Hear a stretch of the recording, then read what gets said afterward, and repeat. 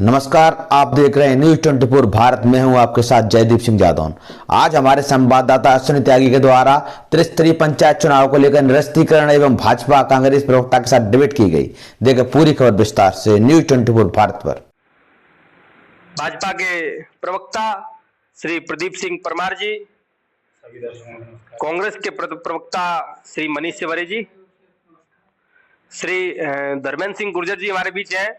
आप विषय विशेषज्ञ हैं एवं जानकार हैं चुनावी राजनीति में। आज हम लोग जिस मुद्दे को लेकर चर्चा कर रहे हैं, उस मुद्दे को लेकर मैं आप सबके बीच में उस मुद्दे को रखता हूं, क्योंकि मुद्दा है पंचायत चुनाव। पंचायत चुनाव को लेकर अभी चुनाव आयोग ने कल ही एक स्थगन आदेश दिया है। ये पंचायत चुनाव निरस्त किए जाते हैं और उनको अनिश्चित काल के लिए स्थगित किया जाता है। जैसे ही चुनाव आयोग दोबारा से घोषणा करेगा, तो अभी जो प्रत्याशियों ने चुनाव की तैयारी प्रशासन ने की और चुनाव की तैयारी प्रत्याशियों ने की, प्रथम और दूसरे चरण के फॉर्म लगभग भर चुके थे और तीसरे चरण के 30 तारीख से फॉर्म भरने शुरू होने थे। तो प्रथम और द्वितीय चरण के प्रत्याशियों ने अपनी तैयारी पूरी कर ली थी। वोटिंग के लिए कसाकसी मची थी, उन लोगों ने अपना धन भी खर्च किया, उसके लिए पूरी ताकत से उस चुनाव की तैयारी की और अचानक चुनाव आयोग ने चुनाव स्थगित कर दिए।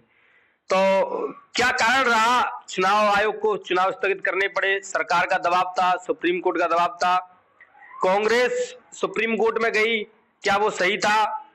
पिछड़ा वर्ग आरक्षण के साथ चुनाव होने चाहिए, नहीं होने चाहिए, दोबारा से चुनाव का आरक्षण होना चाहिए? तो इन सब मुद्दों पर आप सबकी राय जानना चाहता हूं। शुरुआत करते हैं भाजपा के प्रवक्ता श्री प्रदीप सिंह परमार जी से। आप क्या कहना चाहते हैं इस विषय में? संक्षिप्त में अपना विषय रखें। हमारी समझ में तो चुनाव कांग्रेस की वजह से स्थगित हुई। ना कांग्रेस कोर्ट में जाती, ना कोर्ट आदेश करता ओबीसी आरक्षण खत्म करता, और ना सरकार को ऐसा निर्णय लेने पड़ता, जिससे हमारी तरफ से पूर्ण रूप से कांग्रेस की जिम्मेदार है। जी मनीष जी, इन्होंने अभी हालांकि जो कहा है उसको लेकर के आपने निश्चित तौर पे भारतीय जनता पार्टी के जो आरोप प्रत्यारोप निश्चित तौर पे कांग्रेस पे ज्यादातर लगाए जाते हैं। कहीं ना कहीं हम इसमें दोषी भारतीय जनता पार्टी को भी ठहराते हैं। इसलिए ठहराते हैं कि कहीं ना कहीं उनके पास कोई मुद्दा होता नहीं है, तो एक ना एक मुद्दा वो कांग्रेस पार्टी पे निरंतर थोपते जाते हैं। हमारे नेता आदरणीय कमलनाथ जी, उनकी जो सोच है, उनकी जो सोच थी कि हम वो आरक्षण के आधार पर चुनाव कराएं, ना कि भारतीय जनता पार्टी पहले तो कोई चीज को देखती भी नहीं है, और देखती भी है तो उसको करना नहीं जानती है। चाहे वो किसी कानून की बात रही हो, चाहे वो आज पंचायत चुनाव के आरक्षण की बात रही हो, निश्चित तौर पर हम इसके लिए जो दोषी ठहराते हैं, भारतीय जनता पार्टी को पुनः दोषी ठहराते हैं। और भारतीय जनता पार्टी के द्वारा ये चुनाव स्थगित किए गए, कोरोना की परिस्थितियां किस प्रकार बढ़ रही हैं यह आप और हम जानते हैं, और किस प्रकार ये भारतीय जनता पार्टी की सरकार के लोग आज लोगों के साथ क्या कर रहे हैं आप सभी की जनता जानती है, और जनता इसका जवाब निश्चित तौर पे आप सभी को देने के लिए तैयार बैठी है। ये जानते हैं विषय विशेषज्ञ इस चीज को लेकर के, इस विषय को लेकर के क्या उनकी राय है? धर्मेंद्र जी, कहीं ना कहीं जो बात रही है, तो चुनाव प्रक्रिया निरस्त होने के पीछे पहली बात तो यह है कि सुप्रीम कोर्ट का दखल था उसमें, और दोनों ही पार्टियां कहीं ना कहीं जिम्मेदार हैं इस विषय पे। सही बात है, ना तो कांग्रेस इस विषय को लेकर कोर्ट में जाती, न चुनाव निरस्त होते, लेकिन भाजपा को अपनी पूरी तैयारी पहले ही कर लेनी चाहिए थी। कोर्ट का फैसला आने का इंतजार करना तो चाहिए था, तो ना तो इतने प्रत्याशियों को पैसे खर्च होते, और जिन लोगों की जमानतें जमा हो गई हैं तो अब परेशानी आई है, और लोग अपने अपने चुनावी क्षेत्रों में पैसे भी बांट चुके हैं, कोई खर्च कर चुके हैं। तो ये है कि दोनों ही पार्टियों को इसका भुगतान आने वाले परिस्थितियों में देना होगा। जैसा कि आप लोगों ने कहा है, जैसे अभी कांग्रेस एवं आम जनता का जो विचार, आम जनता के बीच में जो विचार फैल रहे हैं, उस विचार में ये आ रहा है कि चाहे चुनाव हो चाहे परीक्षाएं हो, भाजपा की सरकार जहां जहां रही है उसने सिर्फ फॉर्म भरवाए हैं और परीक्षाएं नहीं करवाई, चुनाव नहीं करवाए, और चुनाव से भाजपा डरती है। तो इसको लेकर के प्रदीप जी आपका क्या कहना है? आम जनता में तो नहीं, कांग्रेस, हमारे कांग्रेस मित्र बैठे हैं, इनके संबंध में जरूर है ऐसा। जब 1.5 साल इनकी सरकार रही, कितने इन्होंने भर्तियां कराई, कितने इन्होंने गरीबों के लिए कार्य किए, कितना इन्होंने किसानों के बिल माफ किए, ये खुद भी तो देखें। भारतीय जनता पार्टी एक ऐसी पार्टी है जो हर तबके को, हर समाज को, हर वर्ग को साथ में लेकर चलती है। और कहीं ना कहीं सरकार बनी भारतीय जनता पार्टी के, उसके तुरंत बाद कोरोना जैसी महामारी हमारे प्रदेश में आई, हमारे प्रदेश ने बहुत नुकसान झेला। उसके बाद हमने कहीं ना कहीं एक स्तर पर कार्य करना शुरू किया। उसके बाद देखो चुनाव की तैयारी हुई, पूरी तैयारी हो चुकी थी, पूरा सरकार ने कहीं ना कहीं चुनाव आयोग ने घोषणा कर दी थी। उसके बाद उन्हें जाने की क्या जरूरत पड़ी? क्या 2014 का आरक्षण इनकी नजर में गलत था? उसमें सभी वर्ग, सभी जाति, सभी धर्म को मतलब एकजुट करके चुनाव कराया जा रहा था। आपने जो कहा कि 2014 के आरक्षण गलत थे, गलत नहीं थे, लेकिन यह संवैधानिक प्रक्रिया है, आरक्षण लगातार बदलते रहने चाहिए। जो सामान्य सीट है उस पर पिछड़ा सीट है, वो उस पर हरिजन, दलित, मतलब हर तबके को उसमें बराबर सम्मान मिलना चाहिए।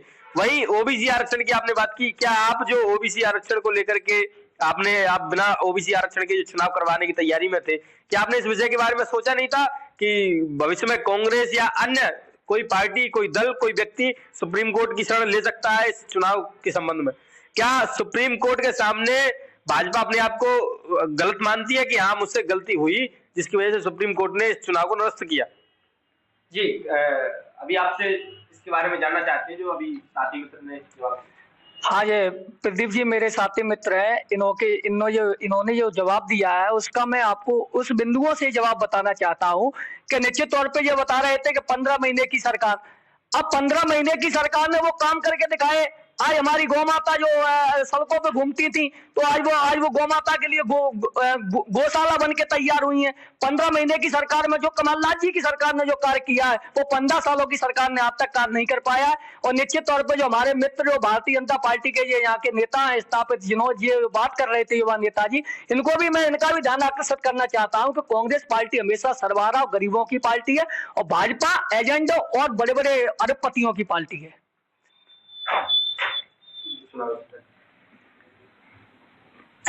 जो 15 महीने की कांग्रेस सरकार थी, उसमें कई तरह के अच्छे कार्य हुए भी थे और कुछ गलत कार्य भी हुए थे। अच्छे कार्य तो ये थे कि गौशालाओं का कार्य शुरू हुआ था जो कांग्रेस सरकार में हुआ। दुग्ध उत्पादन, जो दूध की कीमतें जो हमारे आम जन को और जो ग्रामीण क्षेत्रों में बढ़ाई गई थी, ये वास्तविक और रियल बात है कि कांग्रेस सरकार में ही हमारी जो गाँव के दूध की बिक्री थी वो 50 रुपए 60 रुपए बढ़ के आई थी। श्वेत क्रांति, हाँ, श्वेत क्रांति को बढ़ावा दिया था जो कमलनाथ जी की सरकार में। लेकिन जो राहुल गांधी ने एक वादा किया था कि 11 दिन के अंदर यदि हमारी सरकार कर्जा माफ नहीं कर पाई तो हम अपना मुख्यमंत्री बदल देंगे, तो उसमें वो असफल रही थी। तो कुछ कमियां भी रही थी 15 महीने की सरकार में और कुछ अच्छाइयां भी थी। कुल मिलाकर के जो बेरोजगारी का मुद्दा आया था, इन्होंने अभी आपको जवाब दिया था बेरोजगारी के मुद्दे पर कि 1.5 साल में कांग्रेस ने कितनी निकाली, तो मध्य प्रदेश सरकार ने 15 साल में कितनी भर्तियां निकाली। क्या बेरोजगारी के मामले पर भाजपा सरकार असफल है, नहीं है, इसके बारे में आपका क्या विचार? बेरोजगारी के मुद्दे पे दोनों ही सरकारें विफल रही हैं, चाहे वो कांग्रेस की हो चाहे वो बीजेपी की हो। जिस तरह से कांग्रेस ने एक कम से कम शुरुआत तो की थी कि बेरोजगारों के लिए हम कहीं ना कहीं रोजगार मेले शुरू किए थे, और लेकिन उसमें वो भी विफल हो गई थी।